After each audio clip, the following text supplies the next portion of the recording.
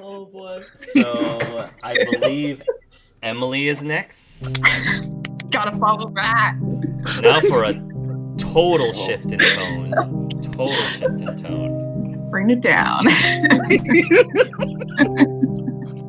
Tori, you are at home. And Carmen, your stepsister, comes in. What do you think Carmen or Tori is doing at this moment? What would she typically be doing at like some random afternoon? Would you say? She'd be sitting in her room, probably listening to some metal in the background while playing with their dolls in the dollhouse. Just probably talking to them, playing house. You share a room. Is that what happened? You share a room with Carmen. So Yes. Carmen comes in. Yeah, I see it now. Ooh. Yes. Oh. Got her big pink fluffy hat on. I love it. I love it. So she says, "Oh my God, Tori, I need you to help me and do a favor. Can you do me a solid?" What kind of favor? So get this. There is this YouTube video that's been trending, and oh my God, everybody's talking about it. It's supposedly really strange and kind of creepy, but somebody totally dared me to watch it, and I was told that if somebody dares you to watch it and you don't watch it, like something absolutely horrible will happen to you. Like you're cursed for life. Cursed? Oh. Yeah. So, look, I have to admit, between you and I, you've always been sort of like the braver one, and I don't know if I'd be able to handle watching this video unless you watch it with me. Yeah, I'll watch it. Show me the video. You will? Mm-hmm. Oh, Tori, you are a lifesaver. Oh my God. This actually came at the most inopportune moment because I was planning on asking Bobby out tomorrow, and I can't have this curse on my head before I do that. Why are you even bothering with Bobby? He's a dork. What's wrong with He is not a dork. Yes, What he makes is. him a dork? He wears suspenders and that bow tie.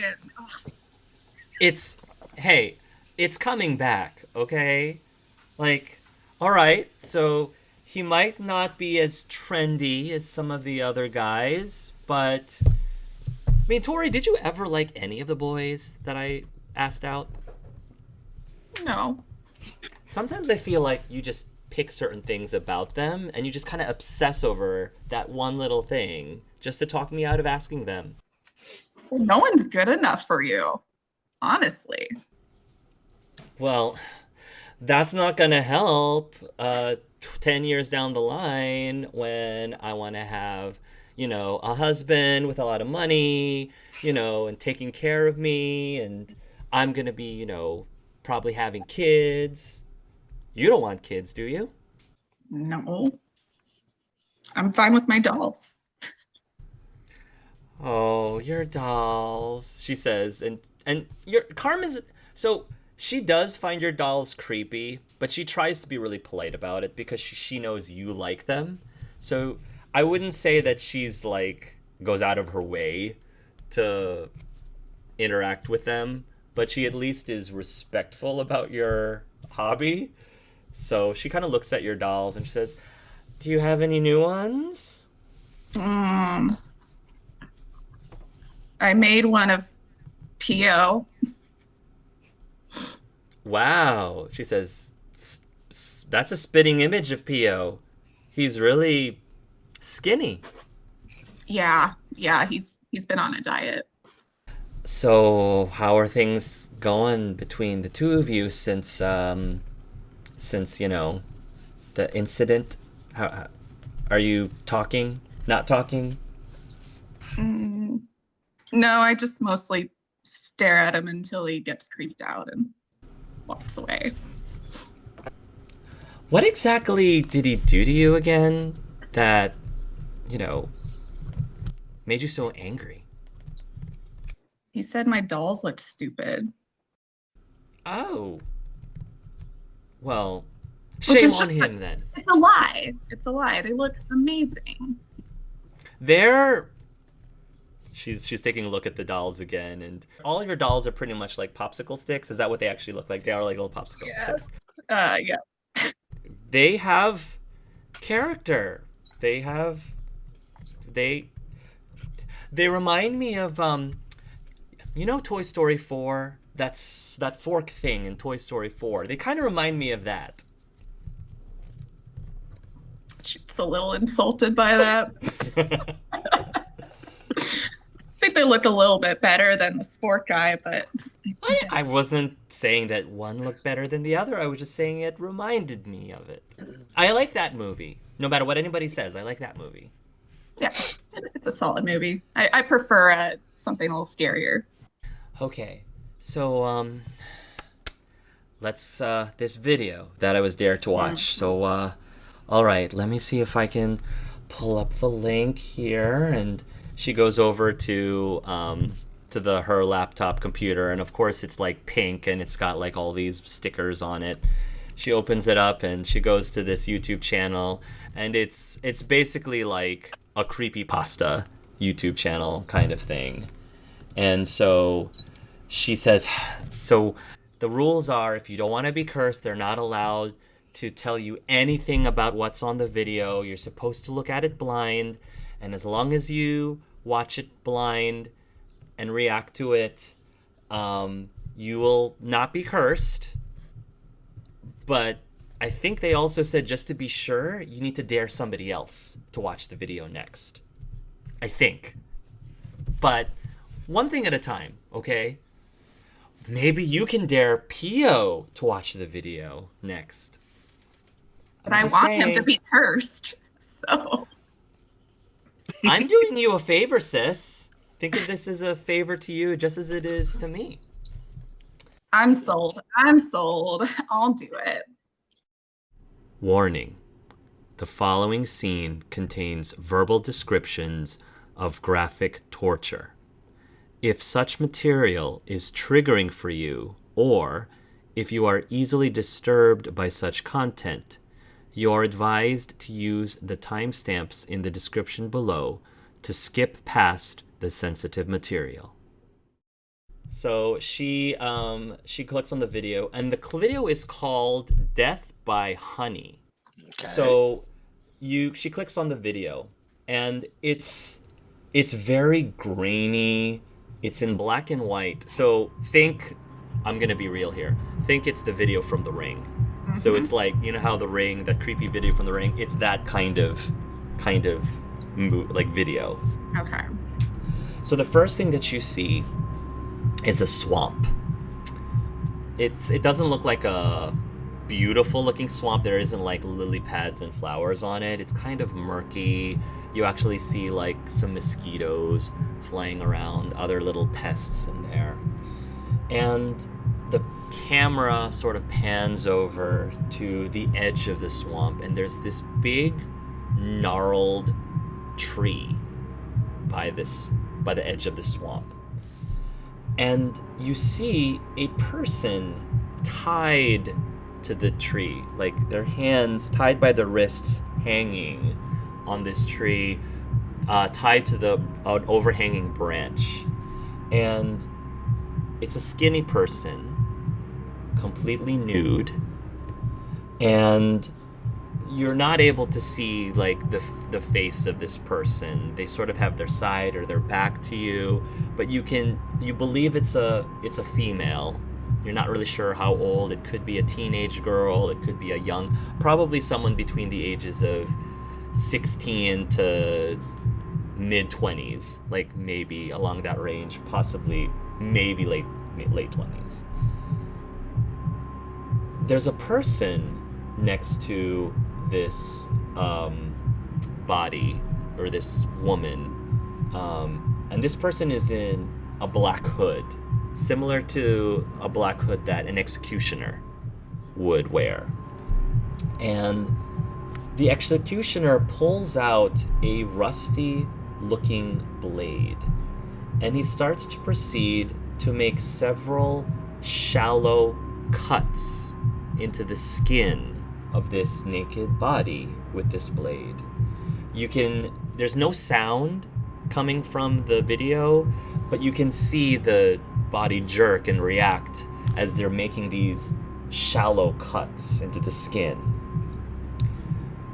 The video transitions, jumping slightly forward through time, and with each transition, you see another 10 cuts have been made, and another 10 cuts, and another 10 cuts, until you can probably guess about 100 shallow cuts have been made by this executioner all over this naked body.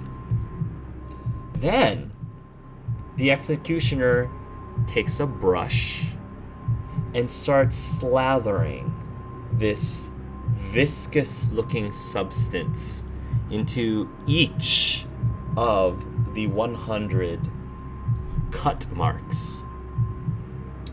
Blood is now dripping into the ground below her, drip by drip. Mixed blood with this viscousy substance. It could be syrup, it could be honey, because of what you are presuming from the title of the video. You're not sure. And then there's several more transitions.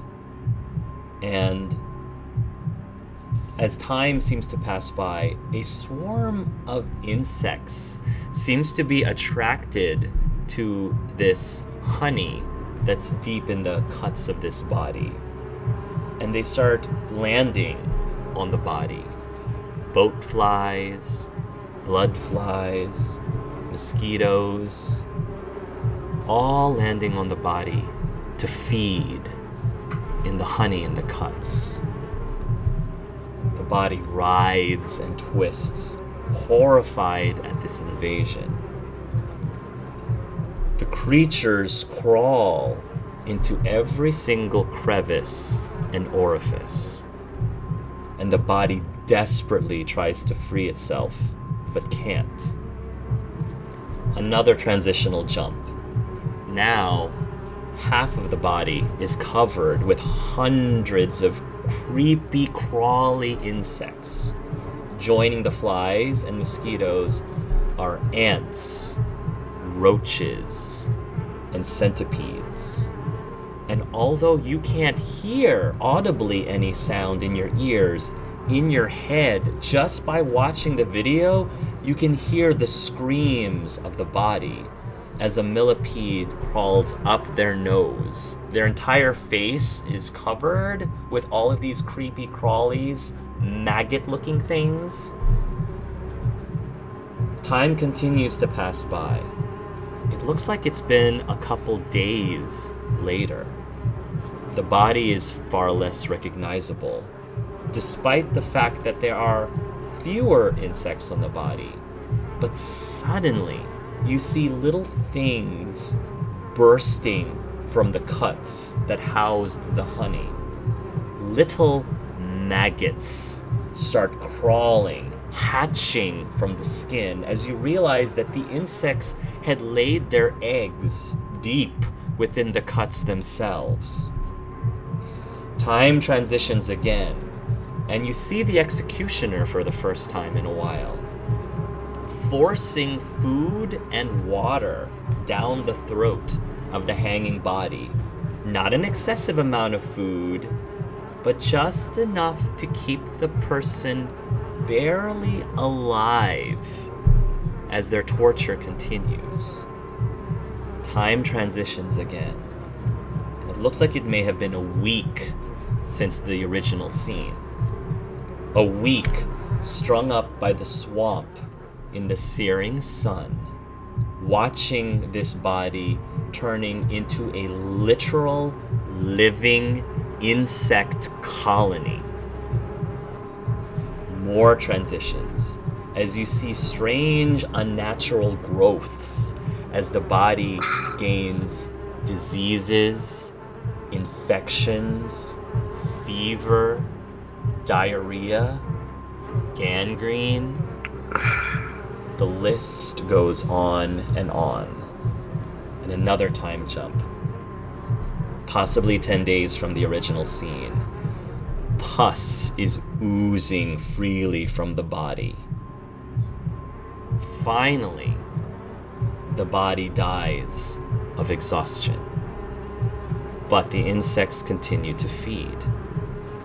Time speeds up quickly as you watch the body continue to writhe, despite the fact that it's long been dead, but the writhing to the creatures consuming it as it's moving time-lapse very quickly.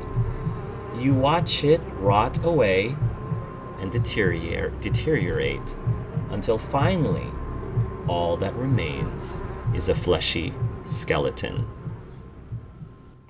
And the movie stops right there. The video stops there. Well, okay. Out of character, that made my stomach churn listening to that. But Tori is not like other people.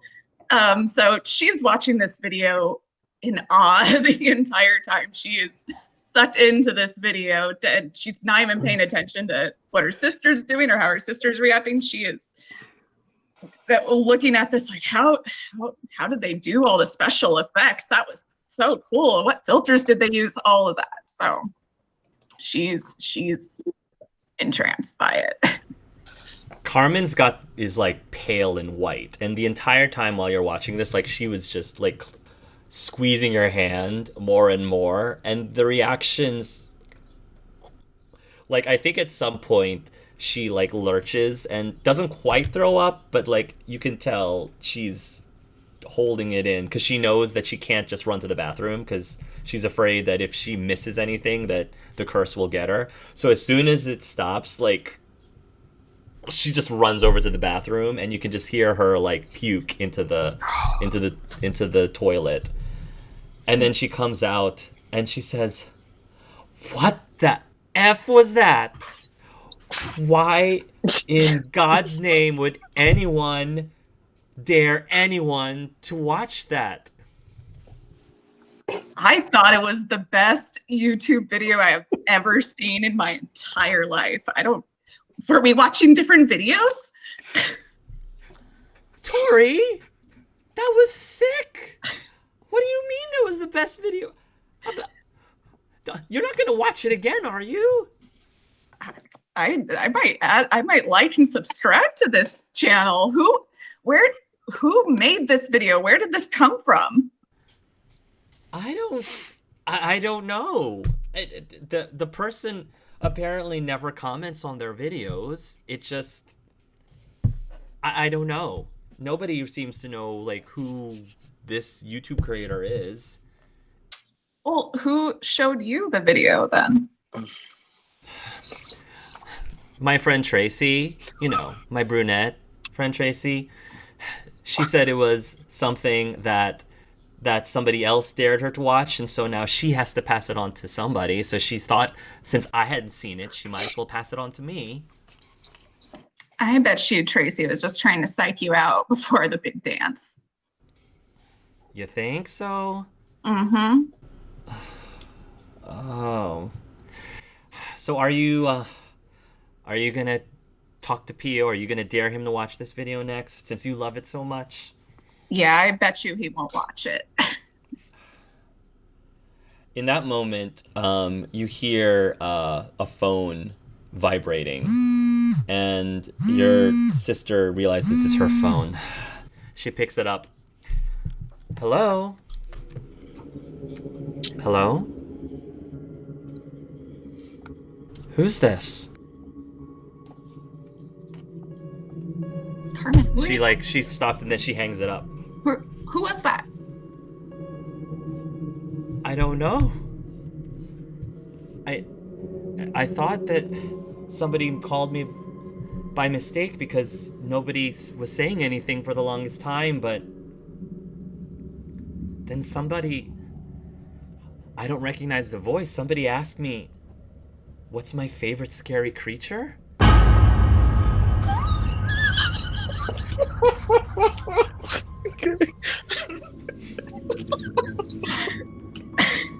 I didn't know. I got freaked out, so I hung up. You don't think this is part of the curse, do you?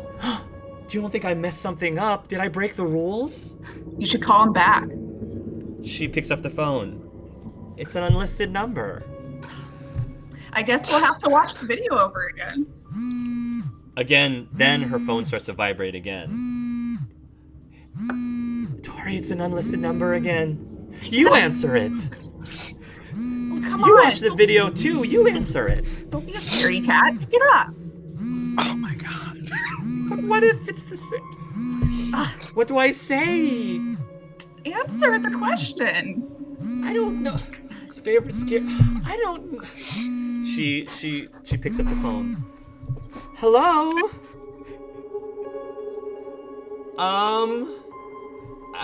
I guess spiders. I hate spiders. They're creepy crawly. They're disgusting. What? They want to talk to you. What? She takes the phone. Hello? 10 days. And then the phone hangs up.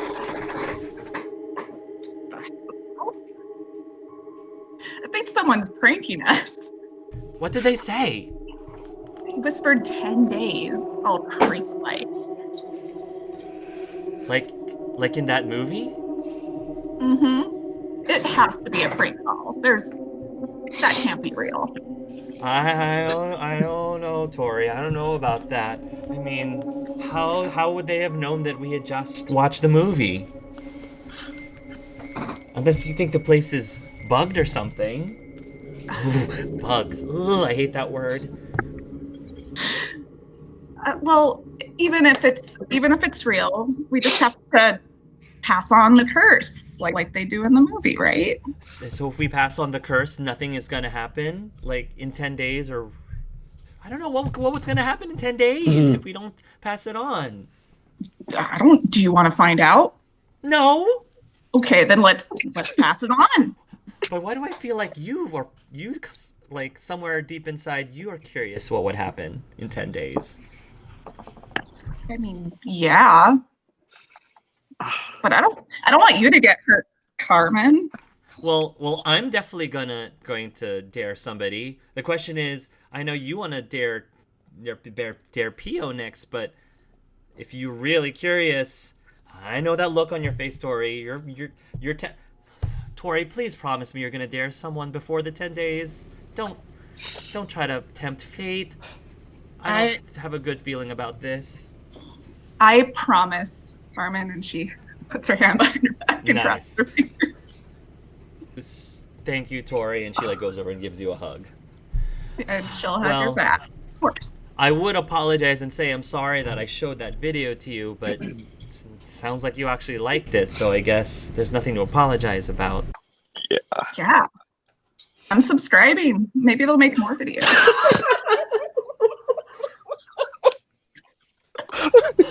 She kind of just shakes her head, and then she goes and makes herself a sandwich.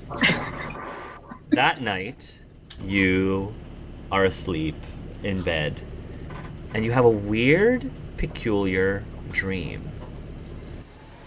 You dream that you're at this large estate, manor of some sort, not inside, but right outside. And again, everything looks similar to the video that you just saw, like the Ring video that you just saw. And it's all choppy and it's all jumpy. And you start seeing in front of you this being moving towards you. This being has a rope tied against their wrists. And the being is shifting as it's getting closer to you. And you start to hear the sound of buzzing, like a bunch of bees or wasps, as it's coming closer towards you. What do you do? She'll approach it, whatever this creature is. You approach the creature, and it is a humanoid with a mass of thousands of bees all over it. Hey there. You go up to it, and the mass, the face with all the bees on it, opens his eyes, and you can see through the eyes, and you see some familiarity in this being's eyes, and then you start to see blonde hair, long, beautiful blonde hair emanating from the head of this person. Carmen? As if in response, the being points to the manor, with bees still like flying off of their arm. And as the being points to the manor, it says, 10 days. Be there, or I die.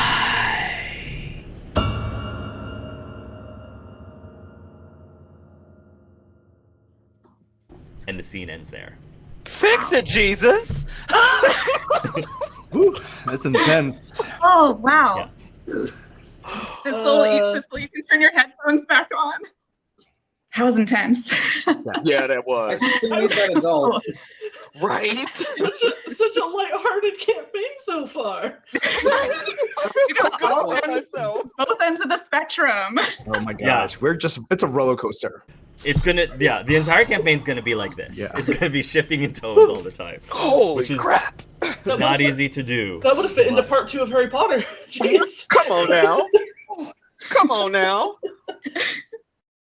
So, let's shift the tone again, shall we? Let's do something a little bit lighter. Who's next? Sam Bennett. You are at your office. It is a hot, sweltering summer day, kind of sticky summer day. And like many noirs, movies and such, there's when you see the detective or the private eye at their office, there's usually a voiceover of some sort. You know, like it was a sticky summer day here at my office, blah blah blah. Can you kind of give us a little bit of a voiceover? Yeah, absolutely. Another midtown summer day. Electric fan, not moving air for anything. Files closed down. Could only hope something else was coming. If my secretary were on time, had everything organized to make sense, maybe I could get some work done. Still early in the day. We'll see what it brings. Nothing exciting happens. Maybe I'll just go enjoy some coffee and some sweet tooth pie. But just then, something I wasn't prepped for.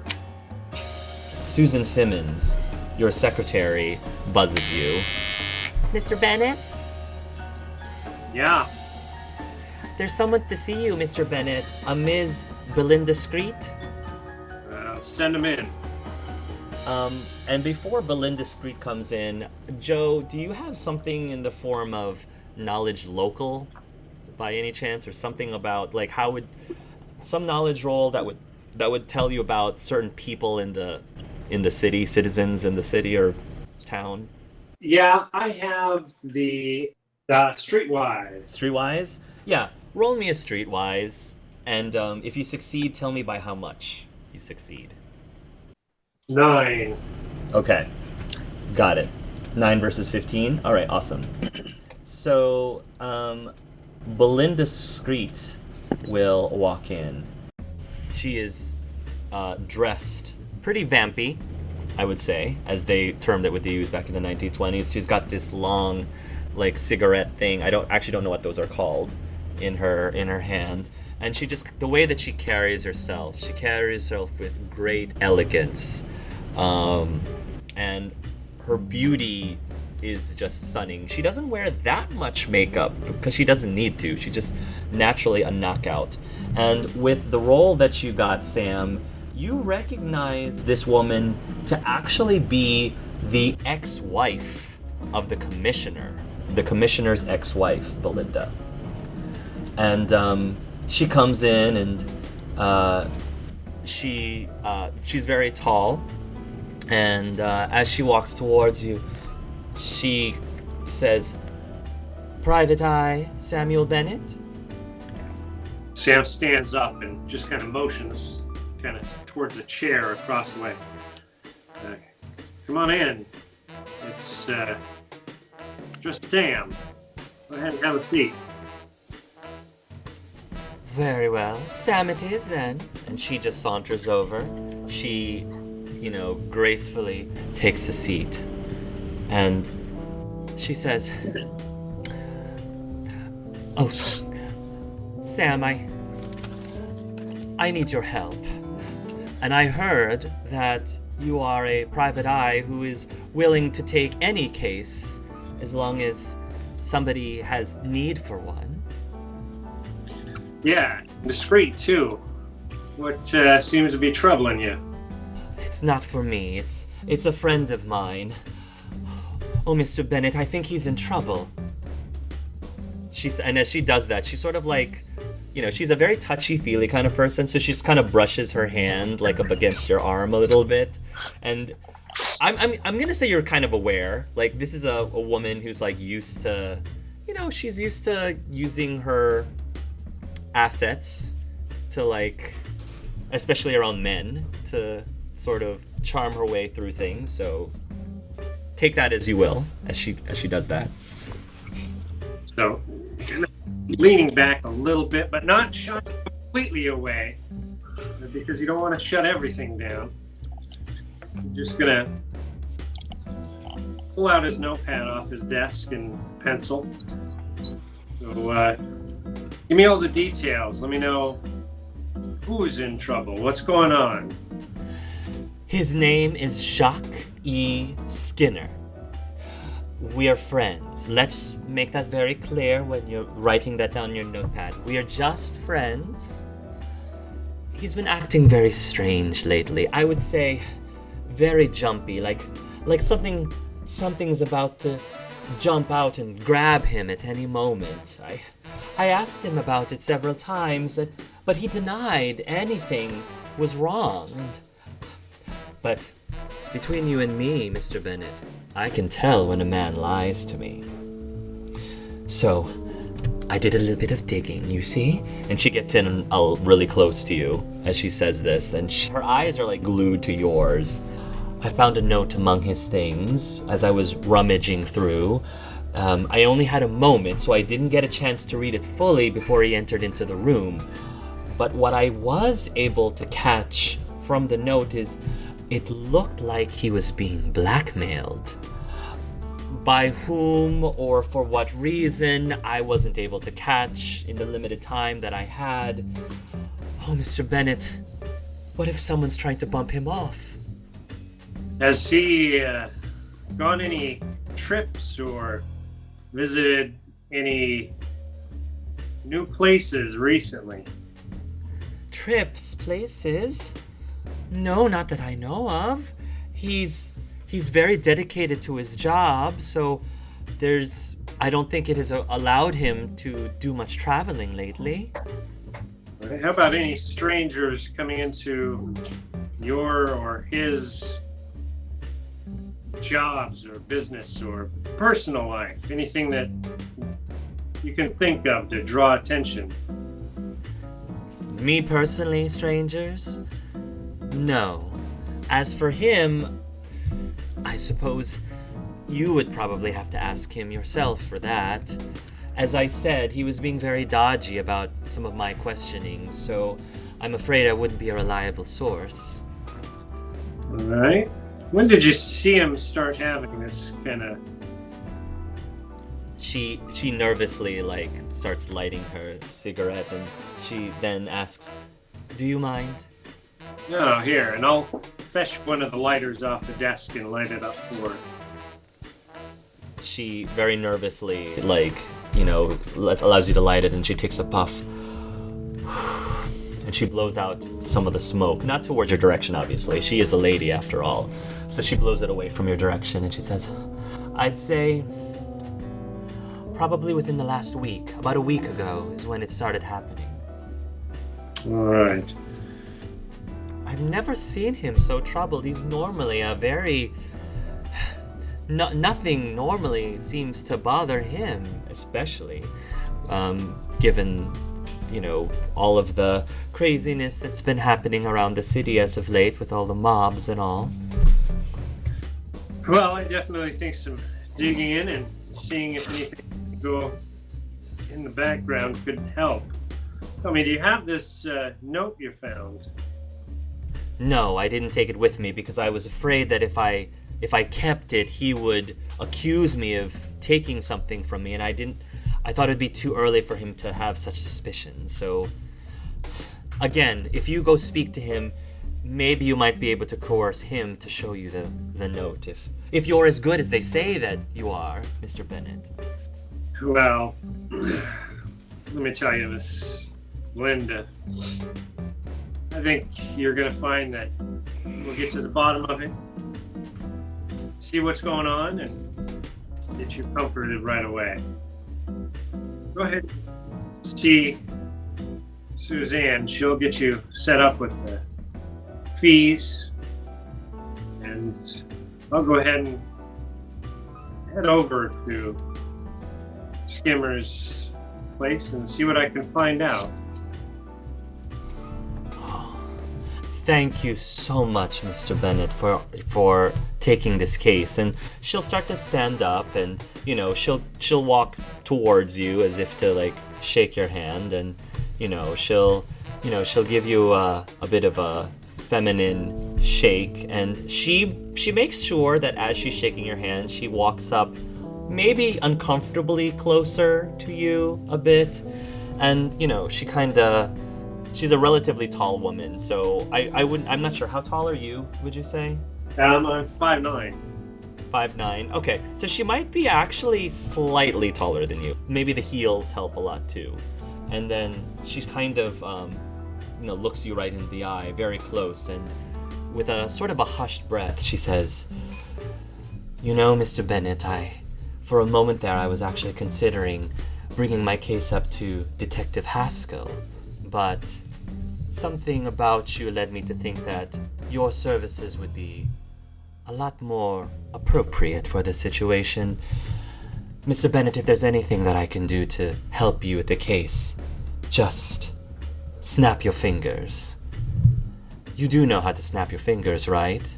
You just put your fingers together and snap, she says. She shifts her eyes a bit. Oh, sure. Why don't, and the whole time I'll be leading her towards the door. Yes, exactly. Now, why don't you speak with Susie out here? She'll get you all squared away, and if I need anything, I'll be sure to snap. Thank you, Mr. Bennett, she says, and with that, she sort of gives you a little bit of blows you a kiss, and then she kind of waves you as she goes over to see Susan. A few minutes later, Susan will enter into the room, and she's got documents and papers, and she kind of just shakes her head a little bit and says, "Whew, for a moment there, I was having trouble finding my cheaters," she says as she takes a hold of her glasses and she puts them up to her face. "Well, Miss Screech, she's an interesting client, I would say. Not that I normally give my opinions of your clientele, Mr. Bennett, but I have to say I was a little surprised that you took this case."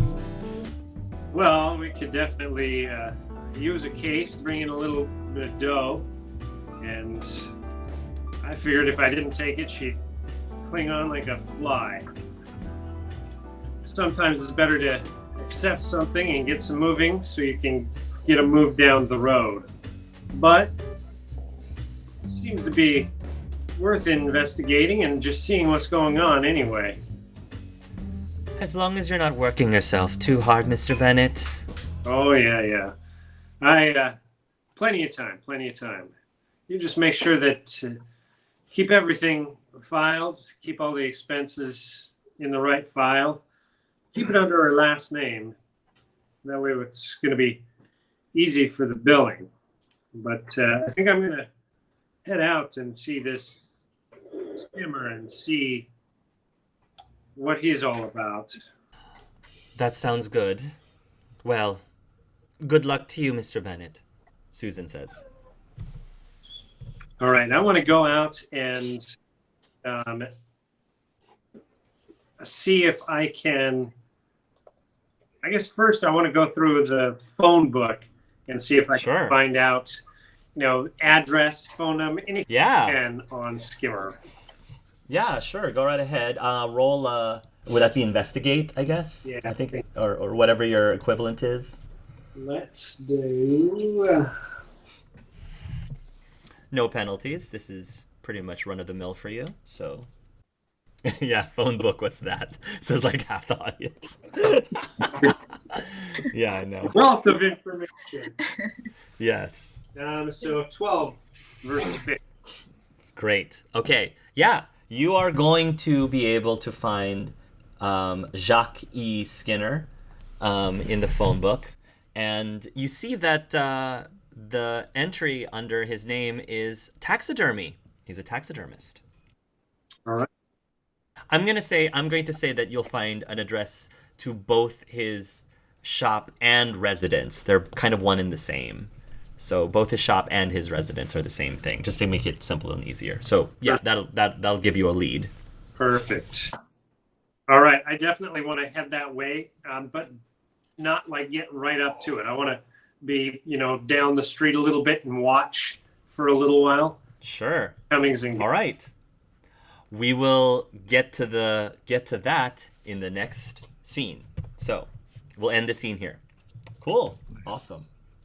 Total difference from the previous scene for the Tory scene. Yeah. I was in that theater. Me and Chris were sharing popcorn. Let's go. All right. Good movie reference, by the way, Ark. Yes. Oh, you're welcome. Yes. Yeah, yes, thank you. All right. I was brushing up on a lot of my 1920s slang this last week, so I apologize if I don't get it accurate, but I'm trying to add them in. All right, cool. So next is Frankie, is that right? Frankie. Yeah. Frankie, we are going back to your earliest memories. Everything is dark. Everything is black for you. And you hear classical music playing. It's very soothing. You can feel some sensations down your arm, on the calves of your legs, maybe a bit on your head area. Still everything is black. You're not able to move anything. You're not able to, control anything. You're just witnessing, hearing this music. And you do hear muffled voices. And for the longest time, you can't really quite understand what the muffled voices are saying. But then you'll hear a voice, the very first voice you hear, and it's a very pleasant sounding male voice. And the voice says, "There we go.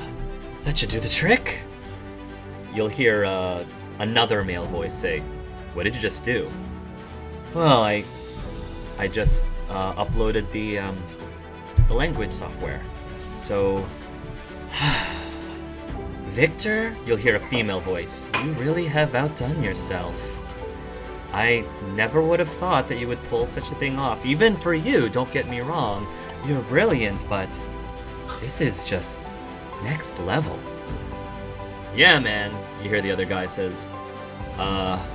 Gotta say, when you told us about this project of yours, I have to say, this isn't what I pictured." "Well, I mean, it's our key to salvation." "Yeah, but have you actually, turned it on yet?" "Turn it on? Well, that's why you're here," the guy says. "Oh yeah, I figured we were here for a reason, not just for you to play a little show and tell of your new pet project. And then you can feel like a kind of a, not a tap, but sort of like a, I don't know, it's more of a, like they're kicking somebody in the tires kind of thing, like punching as if they're kicking some tires. It says, wow, seems pretty solid, seems pretty stable. Probably can take a lot of bullets, I would say. You really got some pretty good handiwork. Yeah, and because of the nanomachines, it's able to regenerate pretty quickly too. Wow. So, when are you actually gonna, flip the switch? I think we should be able to. I think it should be ready. Let me just give it more power. And Frankie, you can feel like a surge of energy just pulsing through you. And you start to feel something in your chest starting to pound and beat as all of this electrical surge of energy is just coursing through you. And you suddenly can start to feel sensations tingling down the extremities of your body, and you feel like you can feel your fingers start to move a little bit. Yo, look! It's moving! Oh, that's kind of creepy! That's kind of creepy! Alright, Addie, soldier, Addie's, the girl says. And Victor says, hold on, let me see if I can make sure that the visual receptors are working. You hear some taps onto some sort of device thing. Not that you would know what a device thing is necessarily. And for the first time, everything goes from black to white. And you start noticing this new sensation, this new experience called light as your eyes open. And you start seeing shapes and colors forming. And there's just a whole flood of information going into you through all your senses. You're hearing things, smelling things, feeling things, seeing things, almost all at once. And I let you decide if it's like so overwhelming that you're like physically reacting to it either violently or not violently. I'll leave that up to you, Frankie. So you tell me what happens with Frankie when he first wakes up. Yeah, so he is being just completely overflooded with all of these stimuli and sensations, and I think the first thing he's doing, he's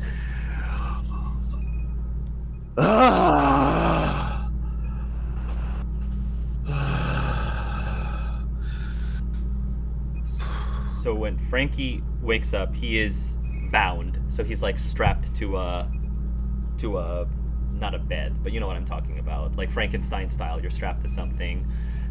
You are in a big giant laboratory, and this is like high sci-fi. So very, very much ahead of our real life present time. Like monitors. I'm thinking like Minority Report kind of like UIs.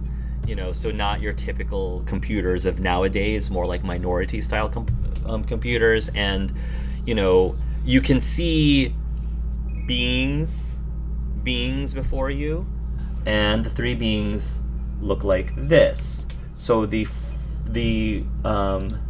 the female looking being.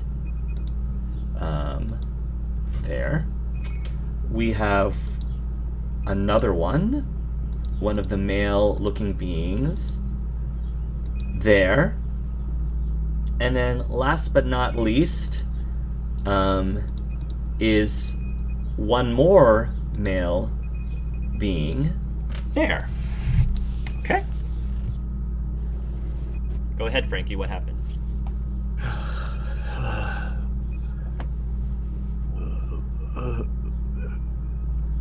Wow.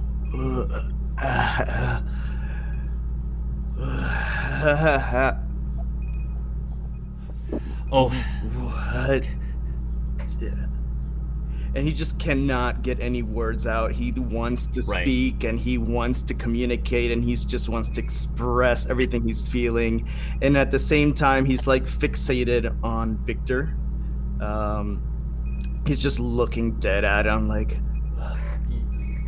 You look right at Victor, and as if as a knee-jerk reaction, the other male, Felix, reacts by raising up his hand, and this rifle of some sort flies from the wall and just telekinetically goes over to his hand, and he cocks it a little bit and aims it towards Frankie's direction, and Victor goes, whoa, Felix, and Felix says, sorry man, I just reflex there, I just didn't like the way he was looking at you. And Frankie instinctively also recoils as if he's about to dodge that bullet. He just instinctively knows what to do, but he can't really move, so he's just kind of trying to recoil from it. The girl, Agatha, she walks towards your direction and she kind of looks you up and down and says, Victor, can he talk yet? I think I uploaded the language software. He at least should be able to speak English momentarily. He's still in the process of uploading everything. Yes.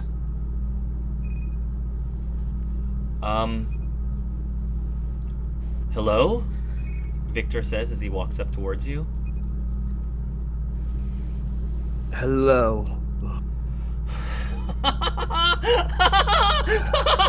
Victor starts laughing and he starts he's just giddy and he's just, going around and being very excited overall. And Felix, he's still very cautious. Agatha too is really very cautious. And Agatha says, Victor, okay. He says hello. Yes, of course he says hello. Do you know what this means? He's showing signs of sentience, which means he can probably learn things. He can learn from us, which will make him a much more effective weapon in the long run. Wow, that's really impressive, man. I mean, this guy, he's built like a tank. He is really going to be a huge asset to us. Yeah, for sure, she says. Weapon. Yeah, weapon. A weapon is something that we use in order to, in order to get what we want and to get what we deserve. I think that's the best way to describe it. Want. Yeah. Yes. Do you feel okay? Does it seem like everything's functioning? Can you move everything? Yes, I can move. Yes, I feel everything. And he's just tense. His whole body is just tense. Every muscle is activating at the same time. He can feel all the sounds, all of the stimulus is just kind of overwhelming him, and his body is just completely tense. The Felix moves over to Victor and he says, "Dude, what's with the accent?" And Victor says, "I actually am puzzled by that too. I'm not really sure if that was part of the software or not. I mean, I did get it from... It is Russian software, so..." Victor says. I don't know either. Agatha, again, goes up to you and says, So...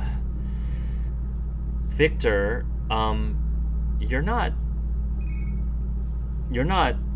unbolting him, are you? Well, I want to make sure that he's functioning properly. I want to make sure that he has full control of everything. Are you sure you don't want to run any tests before you unleash the beast? He seems fine. And besides, if anything goes wrong, again, that's why I have the two of you here. Yeah, we got this under control, Felix says. Control. Yes. I have control. There, you see? He has control.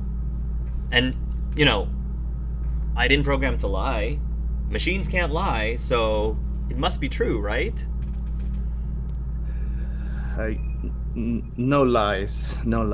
And he's starting to relax a little bit more as he's kind of getting a more sense of his body. And he just keeps looking at everything, his arms, he sees the scars, and his skin is blue, and he's starting to just kind of ease into it in his own skin as they keep talking about him like he's kind of sort of not there.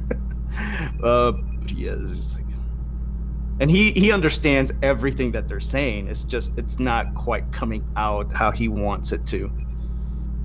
All right. If you're going to free him, Victor, let me just do one thing, just as a precaution. All right. He puts his rifle on his back, and then he's gonna go towards Frankie's direction, and Felix is just gonna hold his hands up like this, and then he's just gonna shut his eyes, and he's going to concentrate, and materializing from his hand is this like semi-transparent, multicolored looking barrier of some sort that he kind of puts up almost like a wall between Frankie and the other three. And then he says, "All right, Victor, go for it, man."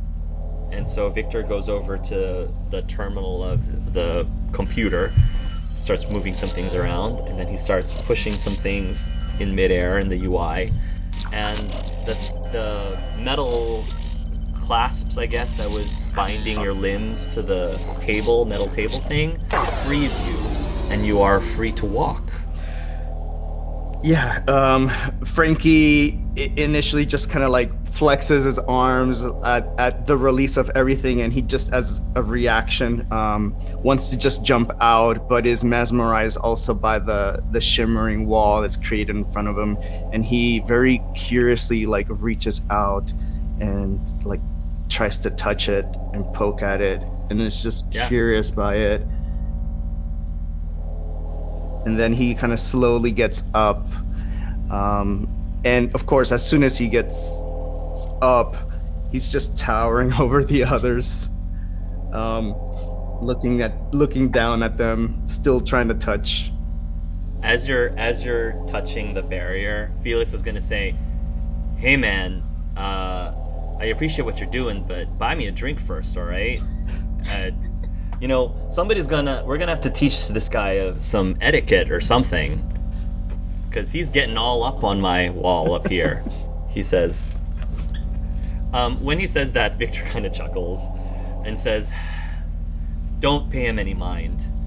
And Agatha is just, again, watching with great curiosity, and she says, "So, what exactly are we going to call him now?" "I don't know," he says. "That's a good point," Victor says. "I guess we can't keep calling him subject number 5. So, I'm not sure.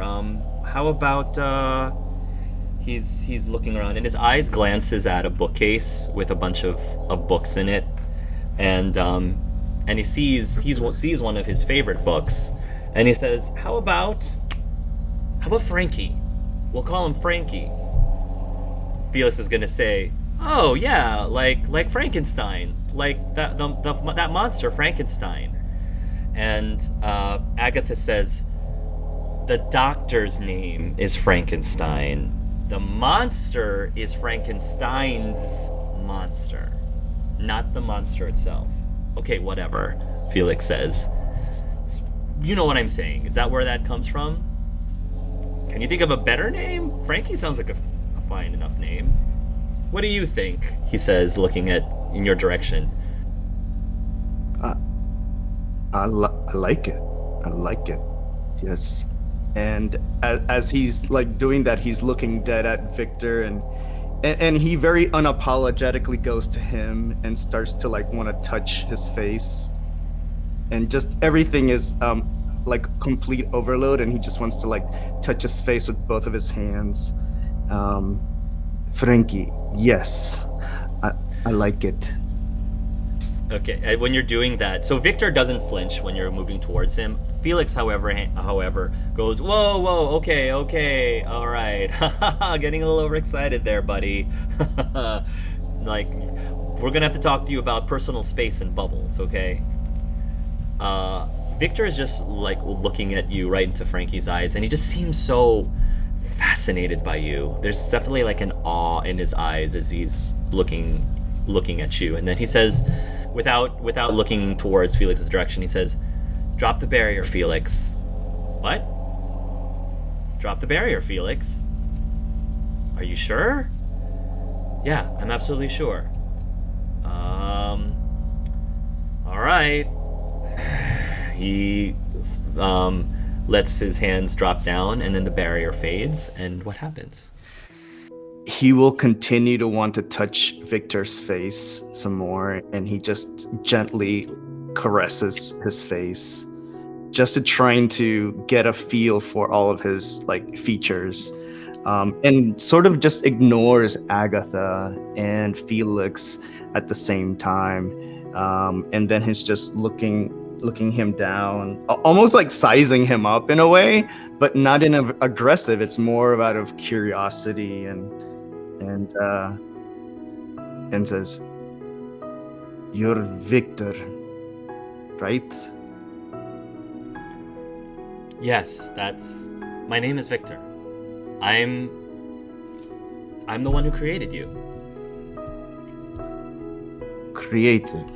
What do you mean, created?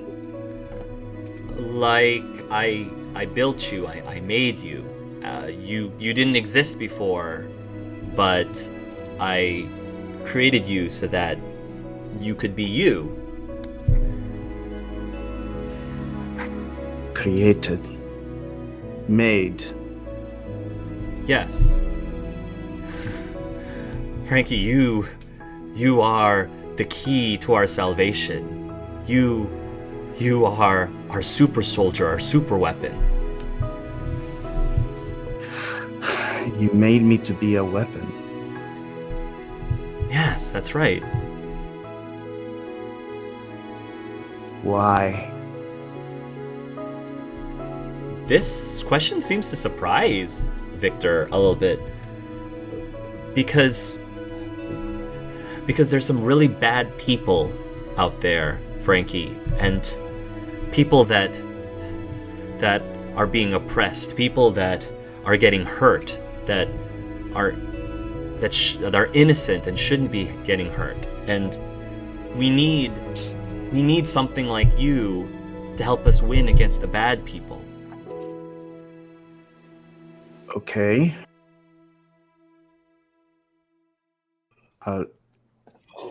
I'll be weapon.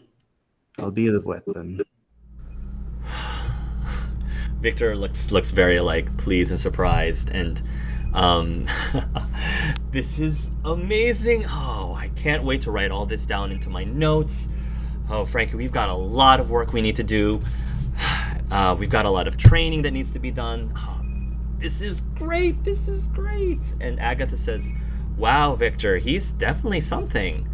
And Victor looks back into Frankie's eyes, and he's just kind of lost again. And same thing as for Frankie, how Frankie was like ignoring Agatha and Felix. It looks like Victor is also starting to ignore Agatha and Felix as well, so that it's almost like they're the only two people in this entire city. And he just says, "Yeah, he is something," looking at him. And he just mimics some of that same kind of Yes, something. And he's just standing, like, trying to, like, as close as possible to Victor, where, again, it's like the others don't even exist at this moment. Yes. And that will end the scene there. Beautiful. That was so good. I love it. Yeah. I want to be in the theater. I'm ready. I'm ready for that book. Let's go. Let's go. All right. Last but not least, black powder. All right. So, black powder, you're out in the seven seas, and you're on your ship with your crew. Just to get you set up in the scene, so it's going to be similar to the setup on your interview that Jordan had set up for you. So your ship has actually been seized and captured by this other ship. I wouldn't necessarily saying because they were more powerful than you are or more competent than you are. To be quite honest, it probably was a combination of good luck on them and bad luck for you temporarily. Maybe somebody like brought some bananas on board or something. I don't know, but you're not overly convinced that it's because of competency or anything. It just so happened they got lucky maybe. And so they captured you, and they're sort of like, there's some of the rival like sea pirates that are dragging you over and taking you to a chair. They've got you tied up, similar again to your interview. And I guess while the crew members are tying you up, what is Black Power doing, saying, if he does do or say anything as they're tying you up? He doesn't say anything. What he does is he starts doing a head count. Okay. Seeing how many of the opposing pirates there are, and if he's on the opposing ship or what's going on. He just takes stock and sees what he can see. Okay. So some of your other crew members are also like being tied to some of the other chairs. Adam, let's bring you into this scene. So Adam, I will let you choose. Do you want to be part of Blackbeard's crew who's being tied up right now, or do you want to be in the opposing crew that are doing the tying up? Do you want to be the protagonist or the antagonist in this scene? Well, one of my own ancestors was a privateer, so let's join the private forces. Let's oppose Captain Black Powder. All right. So let's say that you are the crew member who's actually tying up Black Powder,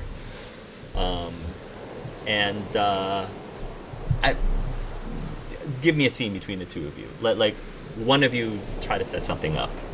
Either Black Powder says something first or Adam says something first. It doesn't matter to me.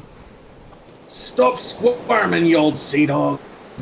You're just making it harder on yourself. Lad, if you think I'm squirming, then you're not very good at your job.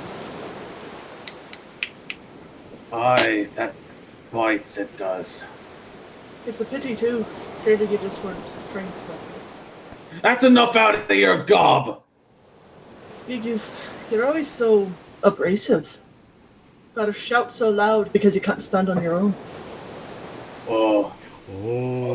Some of the other fellow Q members react. Ooh, wow. And they're starting getting really like interested in this battle of wits. He leans in, not like super close, but close enough, like you could feel his breath. Just, I can get real quiet if I need to. Then why don't you? without another word, he finishes tying the bonds. He doesn't do a great job, but he tries. What is your character's name in the scene, Adam? I be Wilford. Wilford? Okay. Wilford Smith.